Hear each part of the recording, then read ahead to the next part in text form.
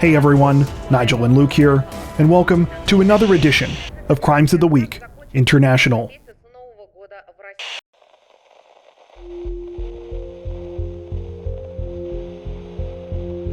Representatives from the UK's Hampshire and Isle of Wight Constabulary say that they are investigating a complex and devastating crime this week after a young woman was found dead under mysterious circumstances, and an 18-year-old man has now been arrested and charged with a number of offenses related to the case. The whole thing began at around 2:45 p.m. on August 28th, when police were alerted about a young woman who appeared to be suffering from serious injuries in the city of Southampton. The woman, later identified as 25-year-old Tia Langdon, was lying outside of a block of apartments in the city's Redbridge area. And when emergency responders arrived at the scene, they quickly determined that she had fallen from the fourth-floor balcony of one of the units there. Though Tia was rushed to a local hospital, sadly, she succumbed to her injuries the following day. However, things only got worse when police announced that they did not believe her death was an accident. A couple of days later, authorities revealed that they had arrested a teenager on suspicion of murder. That man, who has now been identified as 18-year-old Jaden Hassan Agard, has since been charged with a number of offenses, including manslaughter and kidnapping, as well as multiple counts of false imprisonment, making threats to kill, and threatening with an offensive weapon in a private place. So far, almost no details have been released about the circumstances of Tia's death or what allegedly happened inside the apartment before her fatal fall. However, given the nature of the charges here, it appears that Tia may have been being held against her will. What's even more alarming is that several of the charges in this case reportedly relate to a second victim who was also there. Right now, though, all police have said is that this victim is another woman. In the aftermath of the awful incident, flowers and other tributes were left for Tia outside of the apartment building where she tragically lost her life. On cards left at the scene, mourners left messages such as, quote, "Beautiful girl, rest in peace, my darling," and "I'm sorry I couldn't help you more. Thoughts are with you, your family, and friends." At the time of this recording, police say they are continuing their investigation and have asked anyone with information to please come forward. Jaden Hassan Agard, meanwhile, remains in custody.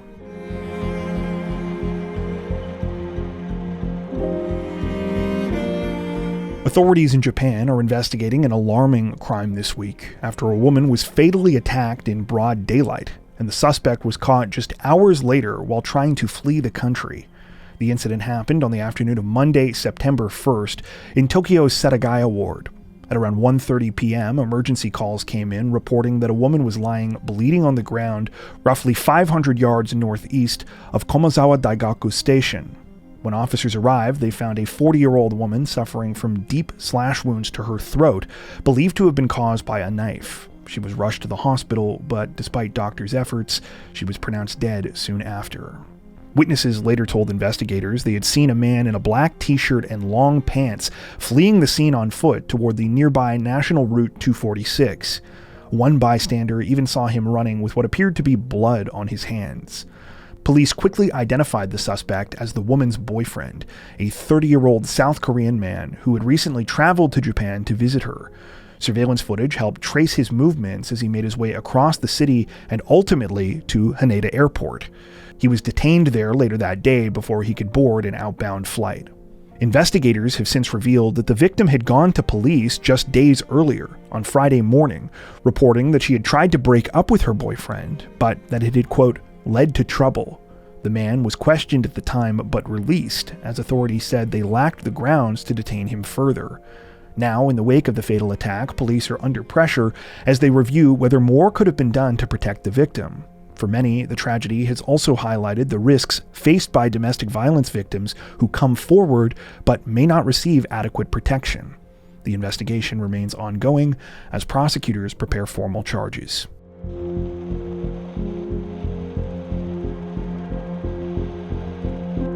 Authorities in Brazil are investigating a shocking crime after a young woman was found dead under disturbing circumstances earlier this month, and a notorious gang figure has now been linked to the crime.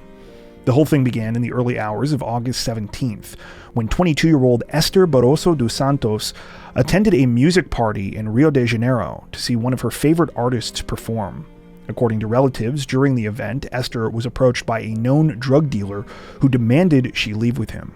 When she refused, things allegedly took a horrifying turn. Reports state that Esther was kidnapped and brutally beaten shortly afterwards. Even more chilling, her disfigured body was later dumped on her own doorstep by two men said to be acting on the orders of a criminal gang. Esther was rushed to a local hospital, but by the time she arrived, she was already dead. Police are now investigating whether the orders to murder and dump Esther came from Bruno da Silva Luero, better known by the nickname Coronel. Luero is believed to be a senior member of the feared Pure Third Command gang, which controls the low-income neighborhood where Esther's family used to live. His criminal history reportedly includes charges of drug trafficking, robbery, armed homicide, gang membership, and weapons offenses. Witnesses say he's known for extreme violence, with reports claiming he has killed rivals with rifles before dumping their bodies encased in concrete blocks.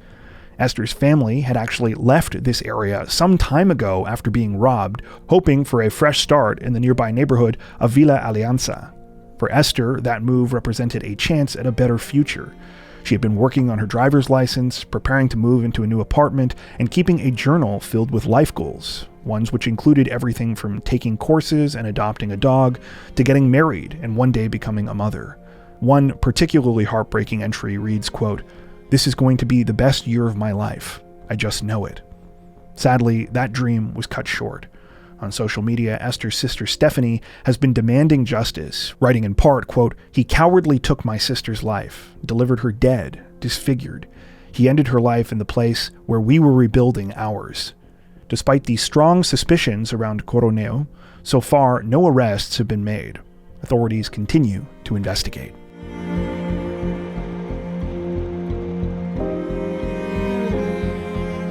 The friends and family of a British woman are in complete shock and disbelief this week after she was stabbed to death while living abroad in Cambodia, and her murder has been referred to as a so-called love triangle killing.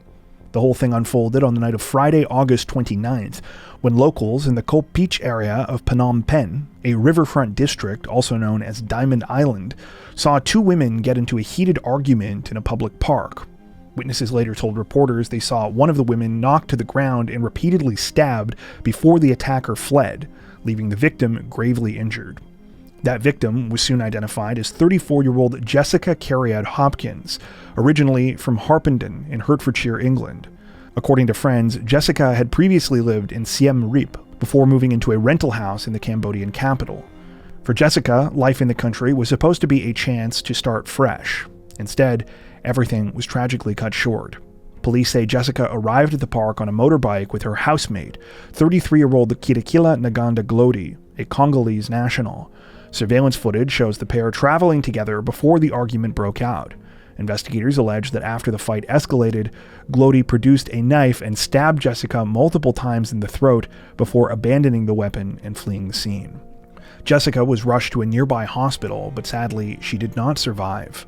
Detectives recovered the knife at the site, and within 17 hours of the attack, they tracked Glody down at a salon about a mile away.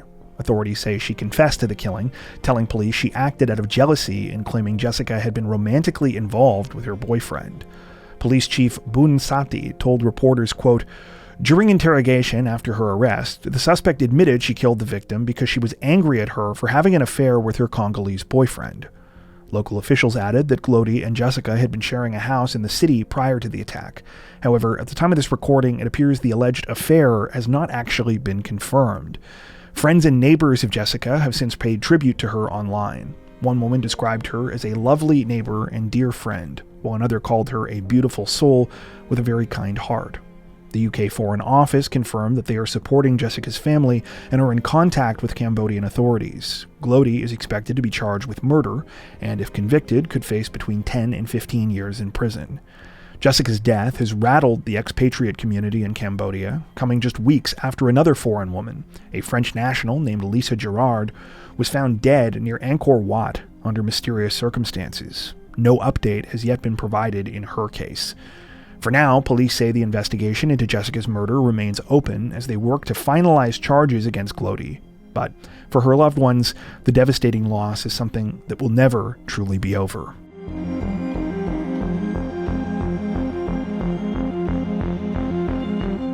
Police in India say that they have cracked a heartbreaking case this week after the body of a young boy was found hidden inside the bathroom of a long-distance train, leading to the arrest of his cousin on suspicion of murder. The shocking discovery was made at around 1 a.m. on Saturday, August 23rd, when sanitation workers cleaning the Kushinagar Express in Mumbai's Kurla district opened the restroom of coach B2. Inside the garbage bin, they found the lifeless body of a 3-year-old boy, later identified as Akash Rajendra Kumar Shah. Investigators say the person responsible was Akash's own cousin, 26-year-old Vikas Vishnudayal, also known as Vikas Kumar Shah, a resident of Bihar's Siwan district. Shah had allegedly kidnapped the child from the state of Gujarat 2 days earlier and transported him by train to Mumbai. According to police, the motive stemmed from a family dispute. Roughly 20 days before the killing, Vikas had been brought to Gujarat by his mother to stay with his aunt Durgavati while he looked for work. But relatives say he was repeatedly mocked for being unemployed. Authorities allege that on August 21st, when Durgavati left to drop off her 2 older children at school, Vikas kidnapped her youngest son, Akash, as an act of revenge. CCTV footage later showed Vikas boarding a Mumbai-bound train with the boy. Once in the city, police believe he strangled Akash inside the bathroom of the train's AC coach before stuffing the body into the garbage bin. Blood spatter was later found at the scene. The child's body was taken to a local hospital for autopsy, though investigators say initial evidence points towards suffocation.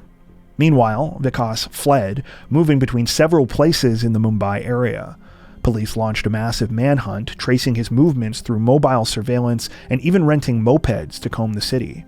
After 3 days, on August 25th, a joint operation between Surat Crime Branch and Amroli Police cornered him back in Gujarat, where he was arrested following a short chase. During interrogation, Vikas reportedly confessed, admitting that constant taunts about his unemployment drove him to kidnap and kill his aunt's son. Police also revealed that before returning to India earlier this year, he had worked abroad in Saudi Arabia, Qatar, and Kuwait, but had been jobless since April. The case has devastated Akash's family.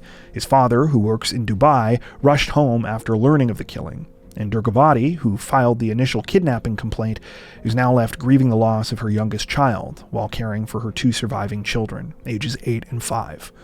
Authorities have since added murder charges to the original kidnapping case, and Vikas remains in custody.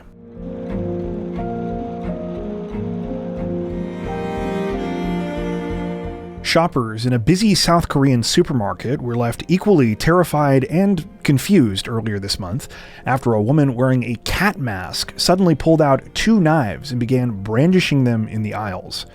The bizarre scene unfolded at around 7:23 p.m. on August 2nd, inside a store in the Okpodong neighborhood of Geoje, South Gyeongsang Province.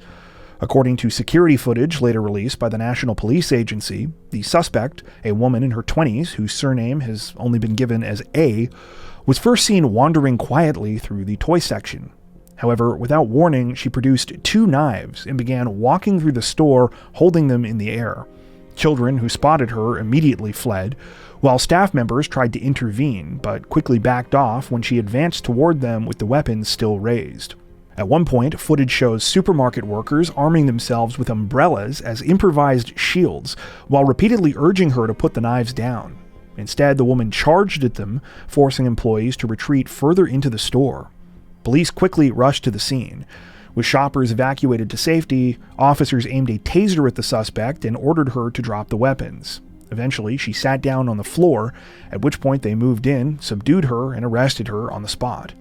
Thankfully, no one was injured, but what stunned many was the woman's behavior after her arrest. When officers asked why she was carrying the knives or if she had other weapons, she responded only by meowing. According to police, the female suspect also gave bizarre answers that incorporated cat noises into them, saying things like, quote, "I can't tell you, meow." When asked if she had a phone, she replied, quote, "Why would I tell you that, meow?" Authorities later confirmed that the woman has a history of mental illness. She has since been placed under compulsory psychiatric hospitalization. The strange incident, which was partially captured on video and uploaded to the police agency's YouTube channel, has since been widely shared in South Korea. The footage shows the woman dressed in a pink cat mask and fur-trimmed gloves, calmly looking around the aisles before the sudden outburst. While no one was hurt, the case has reignited debates over public safety and mental health resources in South Korea, with many online commenters expressing concern that such an incident could unfold in a family-friendly shopping center.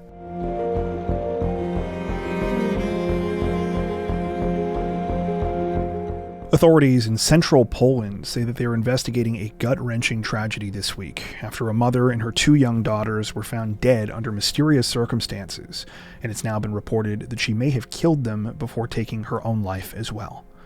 The situation began on the night of August 31st when a man in the small town of Helenów, Pierwszy, contacted police and said that his family was missing.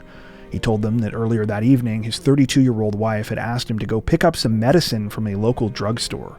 However, when he returned home, she was missing. So were both of their daughters, ages 8 and 6.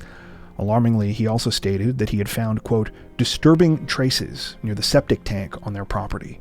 Before help could arrive, the man and a couple of Good Samaritans decided to head into the tank.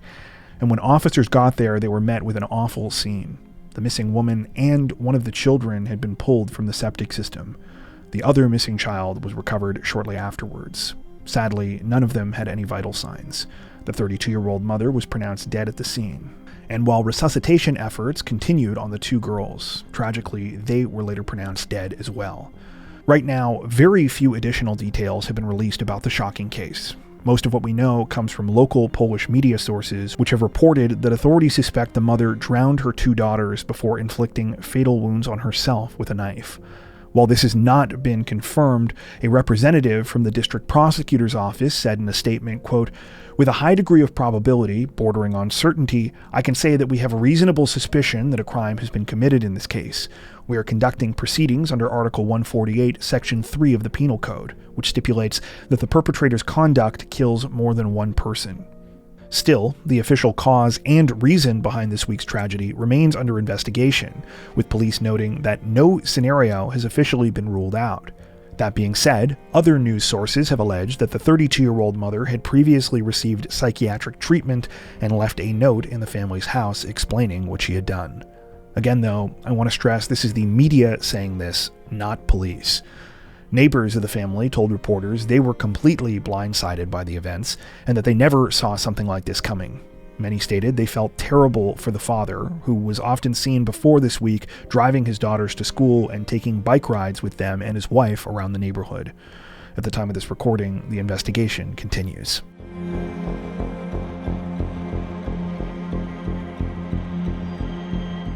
Representatives from Australia's New South Wales Police released a major update in a chilling murder case this week, announcing that they had made an arrest months after a mother was brutally kidnapped and murdered, a crime which partially took place in front of her 2 children. The nightmarish ordeal began on the night of April 17th, 2025, when 45-year-old T. Kim Tran was at her home in the Sydney suburb of Bankstown. She had just returned from work at a local nail salon, when at around 10:30 p.m. there was a knock at the door. When T's 8-year-old son opened up, everything descended into chaos. A group of 3 masked intruders immediately attacked the 8-year-old, hitting him so forcefully with a baseball bat that he was knocked into a coma. Seconds later, the men forced their way inside, armed with other weapons, including a gun. That's when things got even more horrifying. According to investigators, T was pulled outside and stripped of her clothing on the driveway in front of her other son, who was 15 years old. While the teen was not physically injured like his brother, he was forced to watch helplessly as his mother was shoved into a waiting SUV by the 3 masked men and a 4th suspect. Moments later, the vehicle sped off with all of them inside. Roughly an hour later, emergency services were called to an area about 4 miles away in the neighboring suburb of Beverly Hills. Witnesses reported seeing an SUV engulfed in flames. It would later be determined this was the same vehicle that T had been kidnapped in. When firefighters extinguished the blaze, they found her charred remains inside. An autopsy later confirmed she had been shot before the SUV was torched. For months, police pursued the case as part of a wider investigation into organized crime. Detectives said T herself was an innocent victim, caught up in what they believe was a dispute linked to her husband's alleged ties to a Victorian drug cartel. On Thursday, August 28th, investigators made a breakthrough. They arrested 29-year-old Tae An Nguyen at a unit in Bankstown. A video of the arrest was later shared by police online. Nguyen has since been charged with murder and wounding a person with intent to cause grievous bodily harm. According to detectives, Nguyen did not pull the trigger, but played a crucial role in orchestrating the kidnapping and murder. Police allege he hired and met with the 3 masked suspects beforehand, and that he was the 4th man at the scene that night. It's believed he drove in the convoy to T's home, parked in the driveway, and knocked on the door, effectively setting the stage for the armed men waiting behind him to storm inside. As for what specifically led to the horrific plot, police haven't released all of the details, but what they have said is that Nguyen was a close associate of T's husband and has links to the same organized crime network he is allegedly a part of. It's further been reported that T's husband was accused by the criminal group of stealing a large amount of drugs from them. According to reports, the crime has devastated T's sons. While the younger boy survived the coma and is said to be recovering well, he will likely have lasting injuries. His older brother, meanwhile, continues to deal with severe psychological trauma. Nguyen did not appeal for bail when he appeared before Bankstown local court on Friday. He is next scheduled to appear in court on November 12th, where his lawyer has indicated he intends to plead not guilty. For now, police stress that their investigation is ongoing, especially because at this time, the 3 masked men responsible for carrying out the actual murder remain on the run.